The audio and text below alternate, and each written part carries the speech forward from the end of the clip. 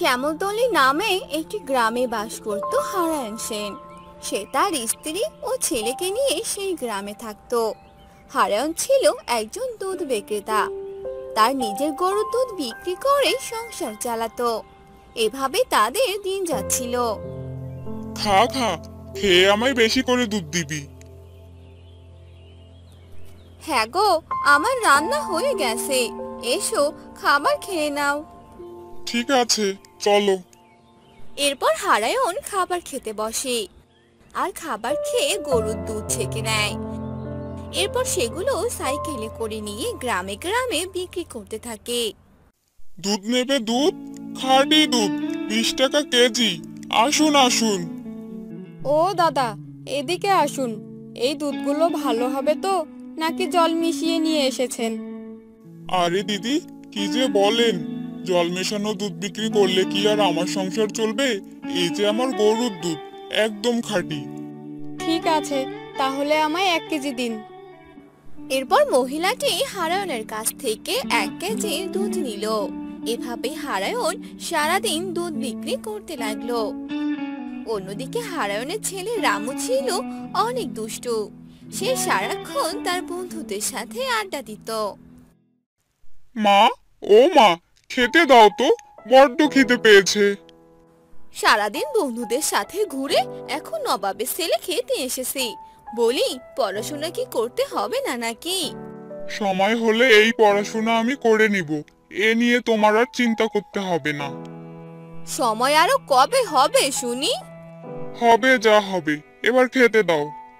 হাত মুখ ধুয়ে আয়, তোকে খেতে দিচ্ছি। এরপর রামু হাত মুখ ধুয়ে খাবার খেয়ে নেয়। সেই গ্রামে ছিল বিশাল বড় একটি আম গাছ। তার আশেপাশে ছিল বাঁশ বাগান। দিনের বেলা সেখানে সবাই আড্ডা দিলেও রাতের বেলা সেখানে কেউ যেত না। রাতের বেলা সেখানে নাকি ভূত দেখা যেত। আর এই খবর হারায়ণের ছেলের কানে পৌঁছে গেল। কি রে, শুনেছিস ওই বাঁশবাগানে নাকি ভূত আছে, আর সেই ভূত নাকি রাতে দেখা যায়? এটা তো আমি আগে থেকেই জানতাম, আমার বাবা আমায় বলেছিল। হ্যাঁ, আর আজ আমি জানতে পেলাম। তবে তোরা যাই বলিস, আমার এটা একদম বিশ্বাস হয় না। আরে, এটা একদম সত্যি। বাবাও নাকি একদিন সেখানে থাকা ভূতগুলোকে দেখেছিল। এই জন্য তো রাতের বেলা সেখানে আর কেউ যায় না। তাহলে চল, আমরাও একদিন ভূতগুলোকে দেখে আসি। কি সব বলছিস তুই? ভূত দেখবি মানে? তোর মাথায় কি ঠিক আছে? হ্যাঁ, আমার মাথায় ঠিকই আছে। তুইও আমার সাথে ভূত দেখতে যাবি? না না বাবা, আমার অনেক ভয় লাগে। আমি এসবের মধ্যে নাই। আমি তোর সাথে যেতে পারবো না। ঠিক আছে, তোকে যেতে হবে না, আমি একাই যাব। একথা বলে রামু বাড়িতে চলে আসে। বাড়িতে এসে দেখে তার মা রান্না করছে। হ্যাঁ যা, আমি আজ রাতে এক জায়গায় যাব। কোথায় যাবি রে বাবা? বাঁশবাগানে। বাঁশবাগানে মানে?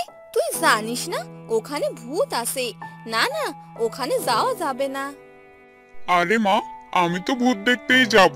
দেখে আসি ভূত দেখতে কেমন হয়।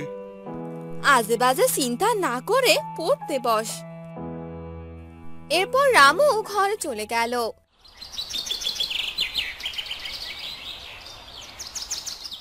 রাতের বেলা সবাই একসাথে খাবার খেয়ে নিল। এরপর শুয়ে পড়ল। তখনই রামু কাউকে কিছু না বলে সেই বাঁশবাগানের দিকে যেতে লাগলো। চারদিকে অন্ধকার, কুকুরের আওয়াজ ও ঝিঝি পোকার শব্দ হতে লাগলো। রামু কিছুটা ভয় পেতে লাগলো আর আস্তে আস্তে বাঁশবাগানের কাছে চলে এলো। আজ আমাকে দেখতেই হবে, এখানে কোথায় ভূত আছে। রামু গাছের উপরে তাকালো। দেখতে পেল উপর থেকে অনেক আলো দেখা যাচ্ছে। আর তখনই একটি ভূত এসে রামুর সামনে দাঁড়ালো। আহ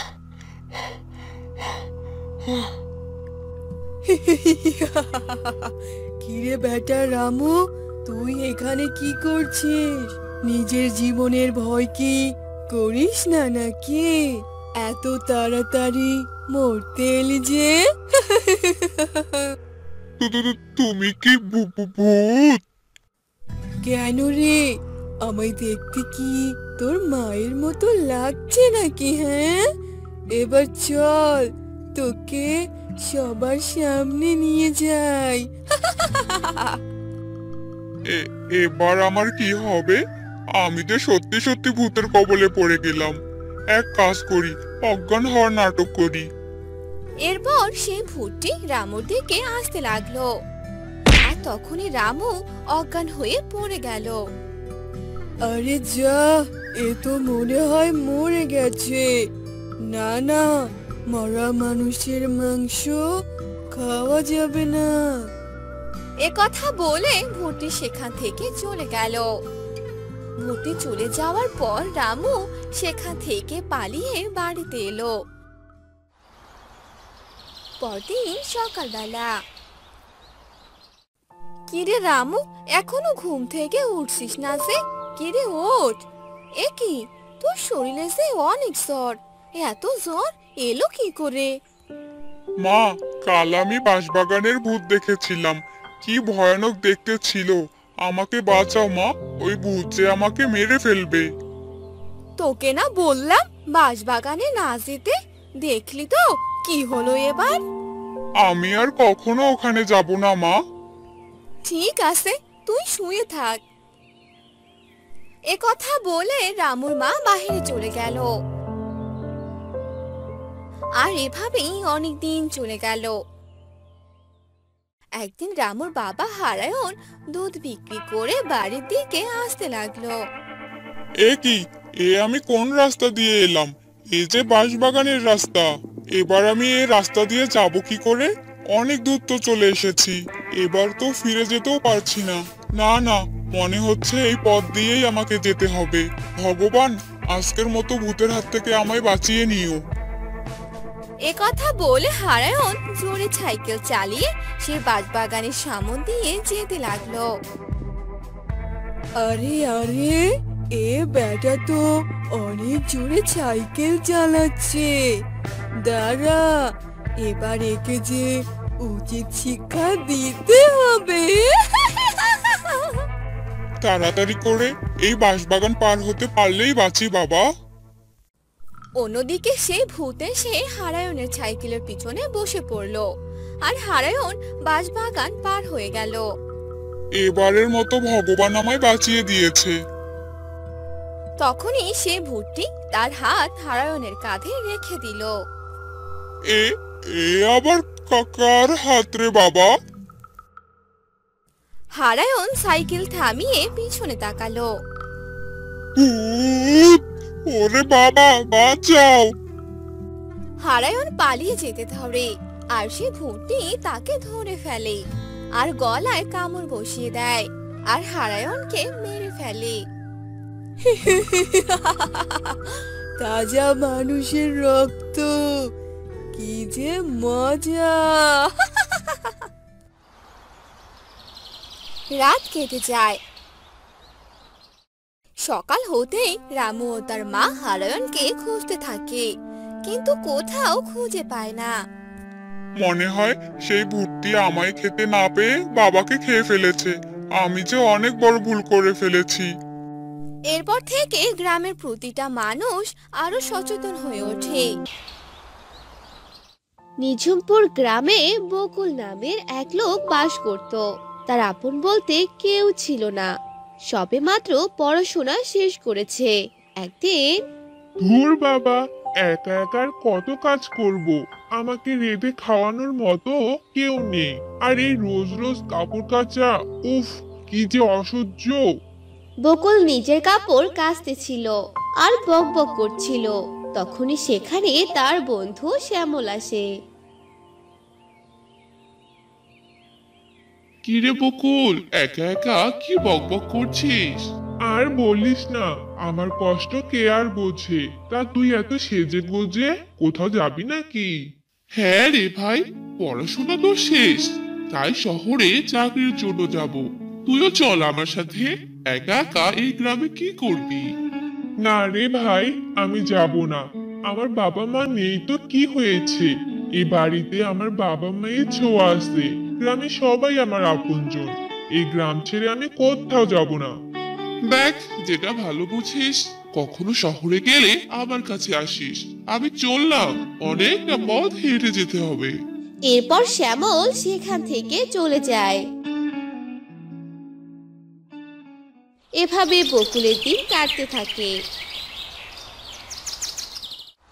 একদিন বকুল বাজার করার জন্য বের হয় আর রাস্তায় হাঁটতে হাঁটতে ভাবতে থাকে।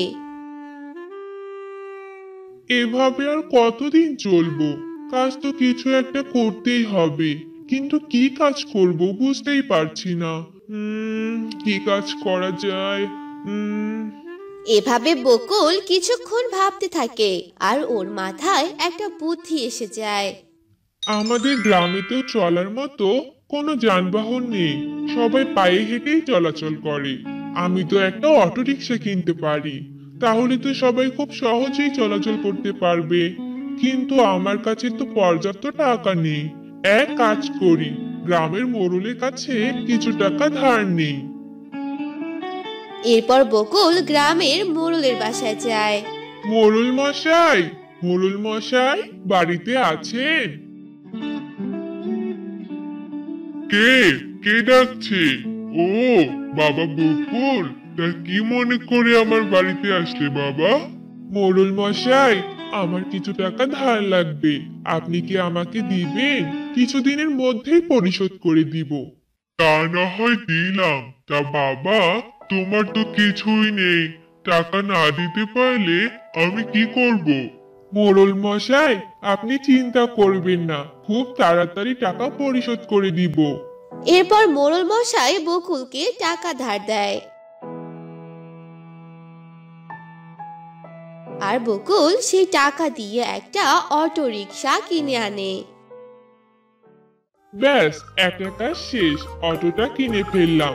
এখন আগে টাকা আয় করে মোড়লের টাকা শোধ করতে হবে। এরপর বকুল কিছু খাবার খেয়ে অটোটা নিয়ে বেরিয়ে পড়ে। কি বাবা বকুল, এটা তুমি কি কিনেছো? কাকিমা, এটা একটা অটো রিকশা, এটাতে চড়ে এক জায়গা থেকে অন্য জায়গায় যাওয়া যায়। ও তাই নাকি বাবা, আমাকে বাসার সামনে নামিয়ে দিয়ে আসো তাহলে। এরপর বকুল গীতাকে তার বাসার সামনে নামিয়ে দিয়ে আসে। এভাবে বকুল গ্রামের সবাইকে এক জায়গা থেকে আরেক জায়গায় পৌঁছে দেয়। সবাই অনেক খুশি হয়ে তাকে বেশ টাকাও দেয়। বাবা মা, তোমাদের দোয়ায় আমি একটা কাজ করতে পারছি। যাই, এখন আমি বাড়িতে চলে যাই। এরপর বকুল বাড়িতে চলে যায়। এভাবেই কয়েকটা দিন কেটে যায়।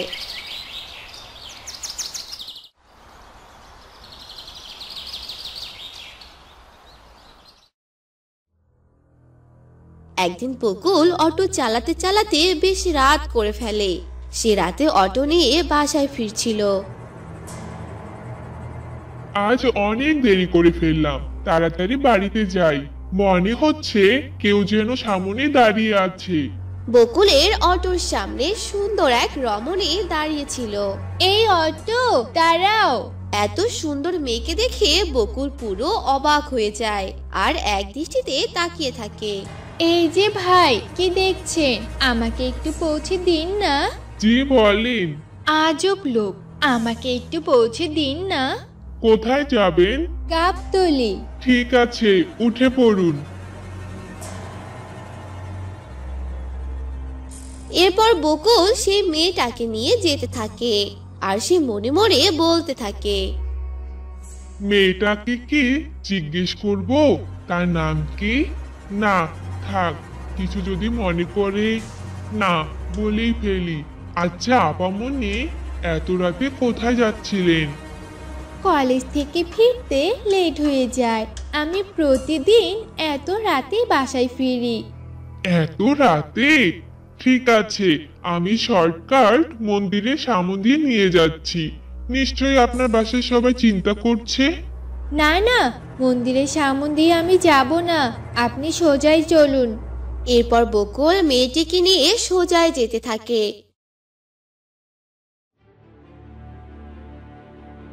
কিছুক্ষণ দুজনে চুপ থাকার পর বকুল আবার কথা বলে। আচ্ছা আপামনি, আমি কি আপনার নাম জানতে পারি? হ্যাঁ হ্যাঁ, অবশ্যই। আমার নাম রূপবতী। আর আমার নাম বকুল। আপনি কোন ক্লাসে পড়েন? আপনি এত গম্ভীর কেন? এরপর মেয়েটি আর কোনো কথাই বলে না, কেমন যেন ফুতুরে ফুতুরে। এদিকে বকুল বেশ চিন্তায় পড়ে যায়। এত রাতে একটি মেয়ে বাহিরে, রাস্তা একদম ফাঁকা, একটা মানুষও নেই। মেয়েটি হঠাৎ কথা বলে ওঠে। এই যে ভাই, সামনেই আমার বাসা। উফ বাবা, এত জোরে কেউ বলে? আমি তো চমকেই উঠেছিলাম। আচ্ছা ঠিক আছে। এরপর বকুল মেয়েটিকে তার বাসার সামনে নামিয়ে দেয়। আপনি দাঁড়ান, আমি টাকা নিয়ে আসছি। এরপর মেয়েটি বাসায় যায়। প্রায় 10 মিনিট হয়ে যায়, মেয়েটির ফেরার কোনো নামই নেই। এরপর বকুল তার বাসায় যায়।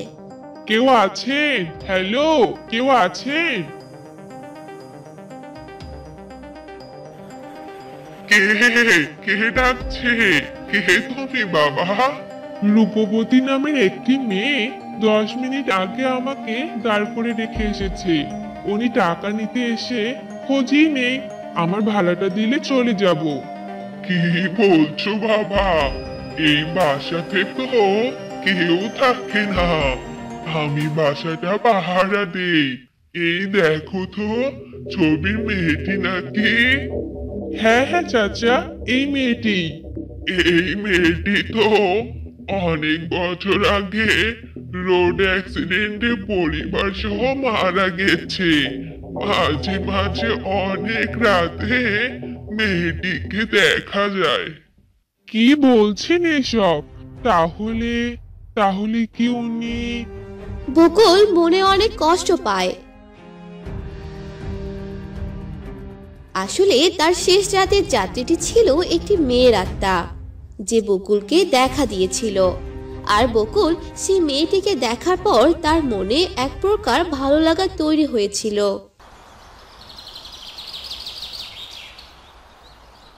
কদমতলী গ্রামে এক মোড়ল তার স্ত্রী সন্তান নিয়ে বাস করত।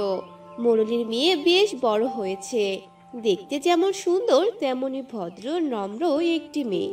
তার নাম ছিল কৈশালী। একদিন কৈশালী তার বাবাকে বলে, বাবা, ও বাবা, আমাদের পাশের গ্রামে শীতের মেলা হচ্ছে, আমাকে নিয়ে চলো না।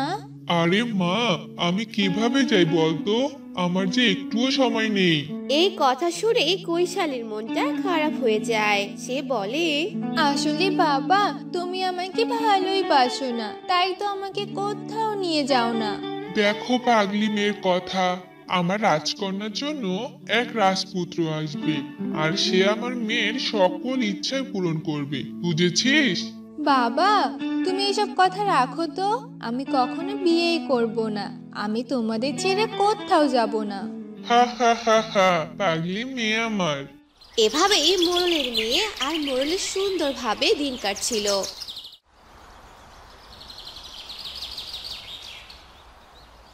মোড়ল তার মেয়েকে অনেক ভালোবাসতো। মেয়ে যেহেতু বড় হয়েছে, অন্যের ঘরে তো পাঠাতেই হবে, তাই মোড়ল তার মেয়েকে বিয়ে দিতে চায়। কি গো, আমাদের মেয়ে তো বড় হয়েছে, এখন তো ওকে বিয়ে দিতে হবে, তুমি কি বলো? হ্যাঁ গো গিন্নি, আমিও তাই ভাবছি। আমাকে তো অনেকেই বলে রেখেছে। আচ্ছা গিন্নি, কাল মেয়েকে দেখতে আসবে, তুমি সবকিছুর ব্যবস্থা করে রাখিও।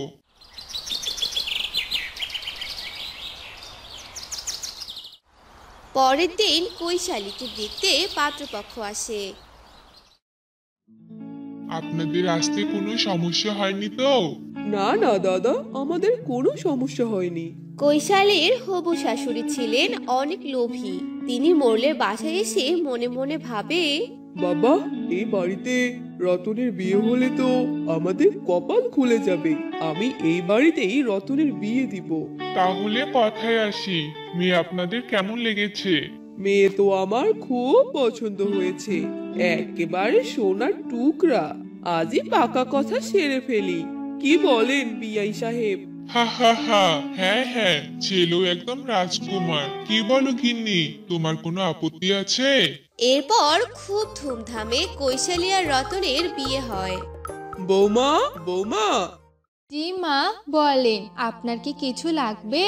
হ্যাঁ মা, বাসার পিছনে পুকুর আছে, কলসিতে পানি ভরে আনো তো। এরপর কৈশালী কলস নিয়ে পুকুর পাড়ে যায়। বাহ, ভারী সুন্দর জায়গা, আমি রোজ পুকুর পাড়ে বসে থাকবো। কৈশালী যখন এসব বলছিল তখনই তার পিছনে কে যেন আসছিল। যেই না কৈশালী পিছনে ঘোরে, সে কিছুই দেখতে পারে না। মনে হলো কেউ আমার পিছনে ছিল। সে যাই হোক, পানি নিয়ে যাই। কৈশালী পানি নিয়ে যখনই যেতে ধরে, তার সামনে দিয়ে খুব দ্রুত কি যেন একটা যায়, আর কৈশালী ভয়ে অজ্ঞান হয়ে যায়। এই বউয়ের যে কি হলো, ডাক্তার দেখাতে হবে। যা বাবা রতন, তুই ডাক্তার ডেকে নিয়ে আয়। আচ্ছা মা, ঠিক আছে।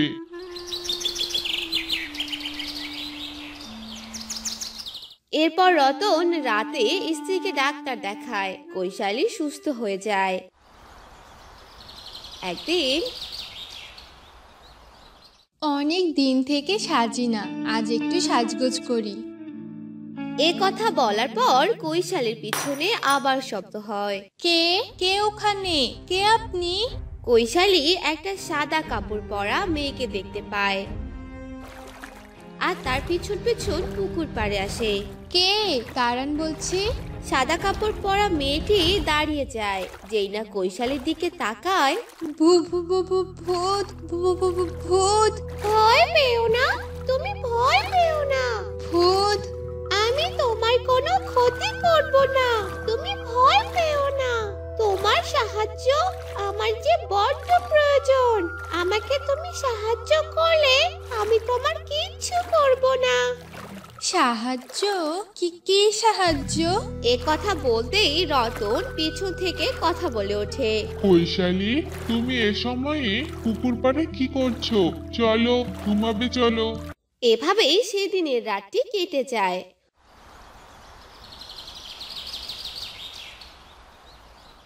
অন্যদিকে কৈশালীর মনে অনেক প্রশ্ন জাগে। সে ওই ভূতের সাথে দেখা করার অপেক্ষায় থাকে। হঠাৎ তার রুমে সে ভূতটি আসে। ভূত তুমি? হ্যাঁ, আমি তোমাকে কিছু বলতে চাই। বলো, আমি জানতে চাই কে তুমি।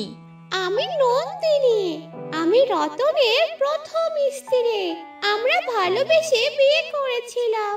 আমি গরিব ঘরের মেয়ে বলে আমার শাশুড়ি আমাকে অনেক অত্যাচার করত। বাবার বাসা থেকে কিছু আনতে পারেনি বলে রতনের মা রতনকে আবার বিয়ে দিতে চায়। রতন চাকরির কারণে শহরে ছিল, আর ওই লোভী শাশুড়ি আমাকে পুড়িয়ে মেরে ফেলে। কে? তুমি সত্যি বলছো দিদি? এরা এত খারাপ, তোমাকে এত নির্মমভাবে হত্যা করেছে? হ্যাঁ, আমি প্রতিশোধ নিতে চাই।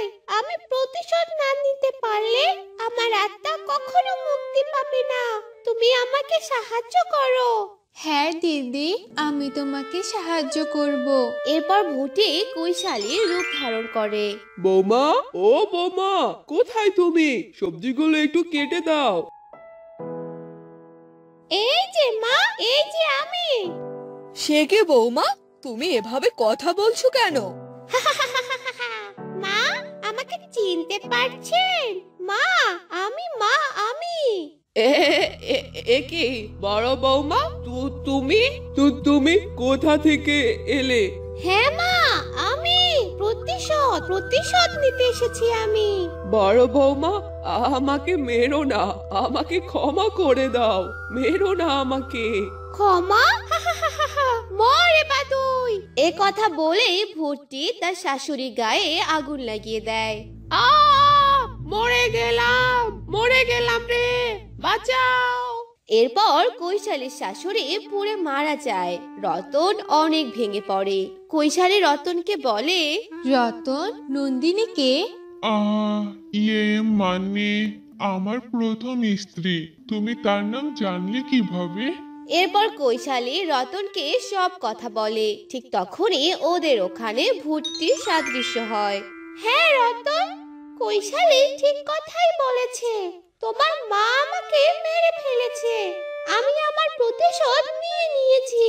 এখন আমার যাওয়ার পালা। ভালো থেকো তোমরা। নন্দিনী, তুমি যেও না, তোমাকে আমি অনেক খুঁজেছি, যেও না তুমি নন্দিনী। এরপর ভূতটি চলে যায়। রতন আর কৈশালী একাই দুজন দুজনের পাশে থেকে সারা জীবন কাটিয়ে দেয়।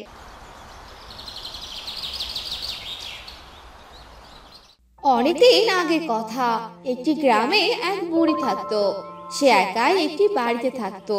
সেই বুড়ি ছিল অনেক বড় লোক আর অনেক কিপটেও ছিল।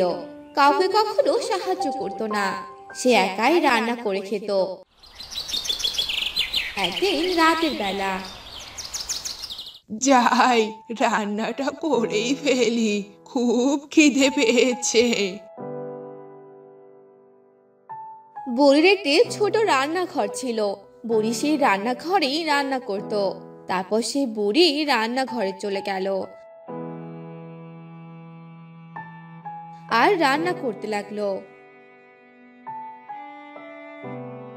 বাবা, রান্নাটা বেশ দারুণ হয়েছে। যাই ঘরে গিয়ে খাবারটা খেয়ে নেই।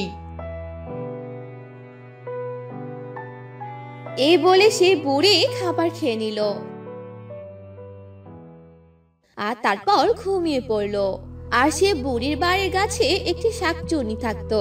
সে সেখানে 2 বছর থেকে থাকতো। আর একদিন শাকচুন্নি বলতে লাগলো, আরে এই বুড়ি তো দেখছি অনেক কিপটে, কখনো কাউকে সাহায্য করে না। এই বুড়িকে তো একটু ভয় দেখাতেই হয়। এই বলে শাকচুন্নি সেই বুড়ির বাড়িতে গেল আর রান্নাঘরে ঢুকে পড়লো আর ওখানেই থাকতে লাগলো। কাল সকালে যখন বুড়ি রান্না করার জন্য আসবে, তখনই সেই বুড়িকে ভয় দেখাতে হবে। এই বলে শাকচুন্নি সেখানেই থাকলো।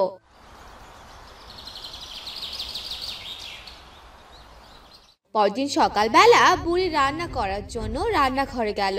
তখনই শাকচুন্নি বলতে লাগলো, কি রে বুড়ি, আজকে রান্না করবি?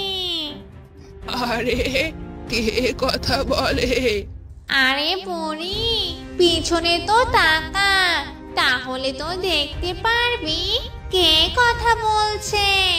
এ কথা শুনে বুড়ি পিছনে তাকালো। তখনই শাকচুন্নিকে দেখতে পেল আর দেখার সাথেই অজ্ঞান হয়ে গেল।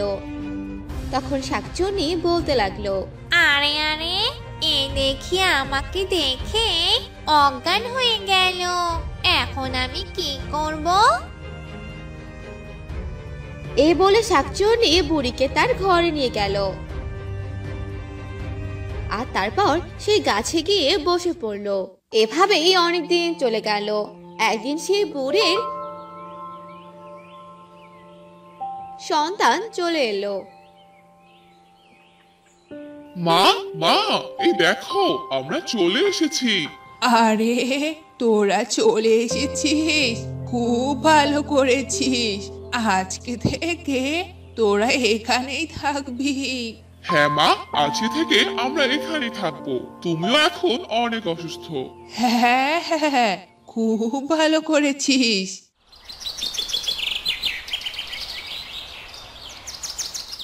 এভাবেই কিছুদিন চলে গেল আর সেই শাকচুন্নি এভাবেই সেই গাছের ডালেই থাকতে লাগলো। একদিন সেই বুড়ির ছেলেগুলো বলতে লাগলো, ভাইয়া, আমরা এখানে আর কতদিন থাকবো? আরে আর বেশি দিন থাকবো না। মায়ের এই বাড়িটুকু বিক্রি করব, আর সেই টাকা নিয়ে তুই আর আমি ভাগ করে নেব। হ্যাঁ ভাইয়া, তুমি একদম ঠিক কথাই বলেছো। আমারও টাকার খুব প্রয়োজন এখন। বাড়িটা তাড়াতাড়ি বিক্রি করে দিতে হবে।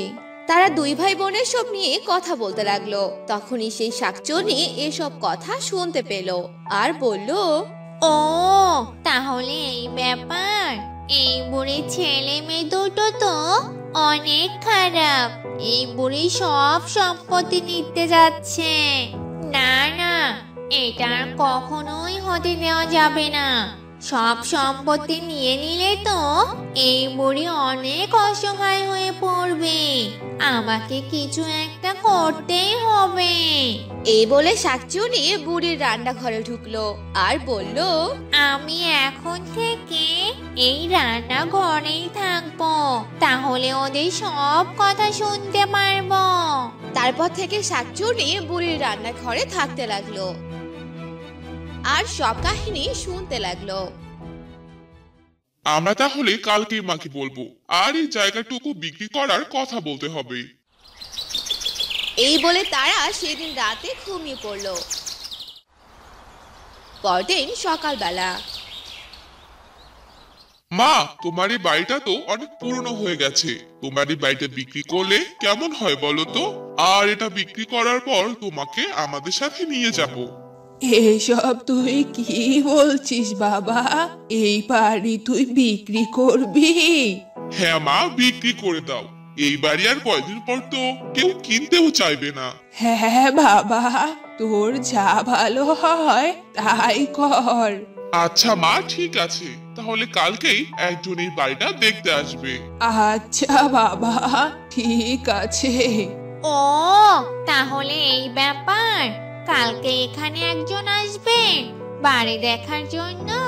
তাহলে আসুক, দেখি কে আসতে পারে। আমিও কাউকে এ বাড়ি কিনতে দিব না।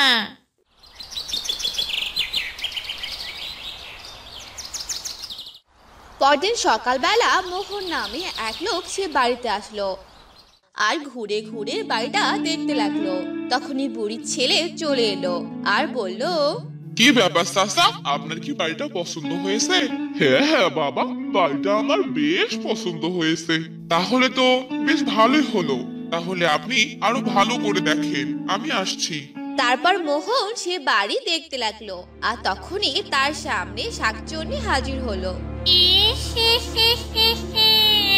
চলে যা, চলে যা বলছি এখান থেকে।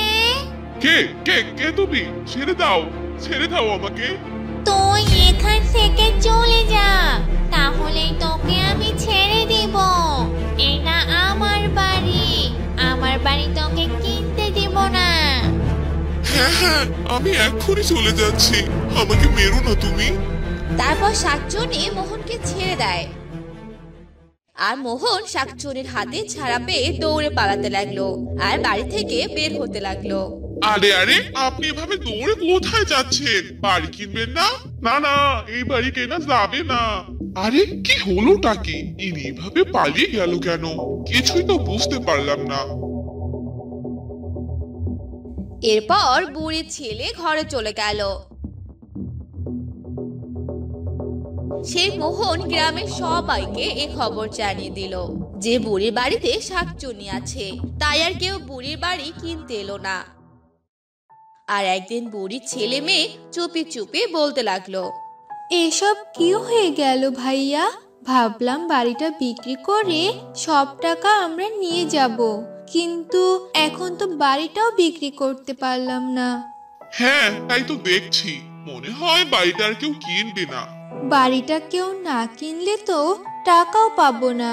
আর ভেবেছিলাম আমার সাথে মাকে নিয়ে যাব, কিন্তু এখন আর নেওয়া হবে না। তুমি বরং মাকে নিয়ে যাও। না না, আমিও আর মাকে নিব না। বুড়ির দুই সন্তান এসব নিয়ে কথা বলতে থাকে। তখনই বুড়ি সব কথা শুনে ফেলে আর বলে, ও তাহলে এই ব্যাপার। আমার সন্তানেরা আমাকে চায় না, আমার টাকাকে চায়। হায় রে আমার কপাল। এই বলে বুড়ি তার ঘরে গিয়ে মন খারাপ করে বসে থাকে। তখনই সেই শাকচুন্নি বুড়ির সামনে আসে আর বলে, তুই কোনো চিন্তা করিস না বুড়ি, তোর এই সম্পদ তোরই থাকবে, কেউ নিতে পারবে না। আমি থাকতে এটা কখনোই হতে দিব না। শাকচুন্নি, ভূত ভূত। আরে বুড়ি, চেঁচাস না, আমি তোর কোনো ক্ষতি করব না। তারপর শাকচুন্নি সব কথাগুলো বুড়িকে বলে দেয়। এসব শুনে বুড়ি কাঁদতে থাকে আর বলে, তুই কান্না করিস না, তোর সন্তানদের আমি এখান থেকে বের করে দিব। এ কথা বলে শাকচুন্নি চলে যায় আর একদিন রাতে বুড়ির সন্তানদের ভয় দেখায়। আর সকালবেলা বুড়ির ছেলে বলে, মা, আমরা আর এখানে থাকবো না, কাজের অনেক চাপ পড়ে গেছে, তুমি ভালো থেকো, আমরা এখনই চলে যাব। আচ্ছা বাবা, ঠিক আছে, তোরা সাবধানে যাস। তারপর বুড়ির সন্তানরা চলে যায় আর তারপর বুড়ি সেই বাড়িতে একাই সুখে শান্তিতে থাকতে লাগে।